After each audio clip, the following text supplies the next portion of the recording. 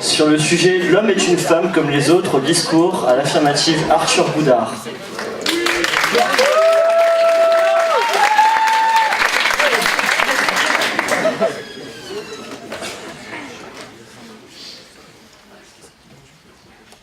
Mesdames les membres du jury, chères contradictrices, mesdames et mesdames, l'homme est une femme comme les autres.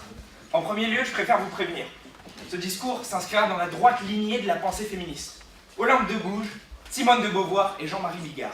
Tout d'abord, commençons par cerner le sujet. L'homme est-il une femme comme les autres? Bon, l'homme est sans majuscule, on parle donc ici d'égalité des sexes. Pour ceux qui n'ont pas eu l'immense plaisir de lire Judith Butler, celle-ci propose une thèse intéressante à la fin. Vous êtes tous des sales sexistes. Si cette affirmation peut choquer, si cette affirmation peut interloquer, elle est toutefois nécessaire à la vie en société.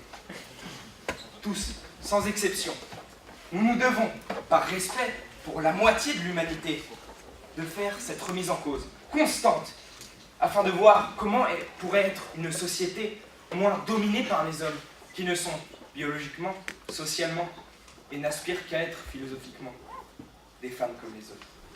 D'ailleurs, du point de vue de la parité, la phrase que je viens de dire assure très probablement un grand nombre de personnes. Le Sénat, la classe politique, ce jury ici présent. Soyons clairs, si toi, contradicteur, qui révise actuellement ton discours, oui, je te vois, tu penses que l'homme n'est pas l'égal de la femme, et inversement, alors laisse-moi te dire que tu ressembles moins à un orateur qu'à un programme de François Fillon. Mais je prévois, et en cela, bon, je l'espère, être plus proche de ta pensée, un argumentaire du genre « Mais l'homme n'est pas l'égal de la femme, pas encore, du moins, regardez, tout va mal, il y a encore des gens qui mouillent leur brosse à dents avant de se laver les dents. » Non, sérieusement, concevez-vous une déclaration des potentialités de l'humanité probable et des citoyens éventuels? Non. La déclaration des droits inaliénables de l'humanité et du citoyen statue clairement que tous les hommes et femmes naissent libres et égaux et égaux en droit. Ce n'est pas vrai à l'instant présent, certes. Mais contradicteur, as-tu déjà entendu parler d'idéal? Car le féminisme, c'est quelque chose qui a marqué, marque et marquera toujours plus l'histoire. Oui, comme René Coty. 1792, Déclaration des droits de la femme et de la citoyenne. 1944, enfin les femmes ont le droit de vote et d'être élues. 1949, le deuxième sexe. 1990, trouble dans le genre. 2000, la loi sur la parité. Bientôt, je l'espère, l'égalité des salaires, l'égale représentation, l'égale répartition du travail domestique. Je suis du côté de tout ça. Contradicteur, vous êtes une transgression de machiste. Vous êtes ce parlement russe qui légalise les violences domestiques. Vous êtes cette sombre femme à la mèche bleue à un meeting de François Fillon. Oui, excusez-moi, j'y reviens. Vous êtes cette sombre femme à la mèche bleue qui n'est pas pour Marine Le Pen, non pas pour une éventuelle différence de programme, mais parce qu'elle pense qu'une femme dans la politique, non, ça ne peut pas marcher. Vous êtes ce président américain investi aujourd'hui qui pense qu'il faut attraper son adversaire par la J'aimerais, pour finir, un dernier mot. Mesdames, et pour vous, messieurs.